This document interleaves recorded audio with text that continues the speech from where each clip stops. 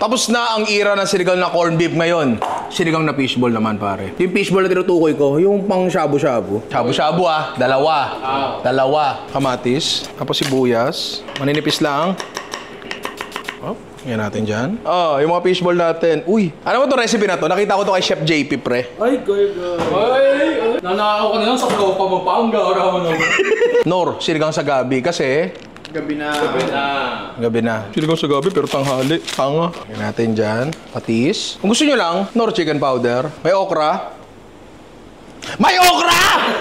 Na 1 ounce. Lagyan na natin yan. Lagyan na rin natin yung sili para kumatas ng konti anghang. Buksan nyo para malaman kung may nakatira ba. Uy, wala. Kabaliktaran ng black beans, sitaw. Kasi tausi yun. Sitaw. Pakuloy lang natin hanggang lumambot yung gulay, pare. Kangkong, pwede yung himay-himayin, pero pwede yung ganyan-ganyanin. Simbilis lang din to ng ano, pre, corned beef sinigang, di ba? Oh.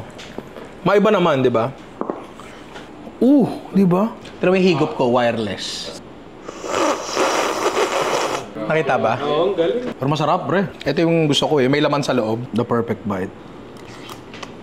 Sabi mo nga, the perfect bite. The perfect bite. Ayun, kinuha niya na yung kutsara ko. Pero mukha namang masarap. Try nyo, pare. Wala nang palambutin yan. Sobrang bilis lang yan.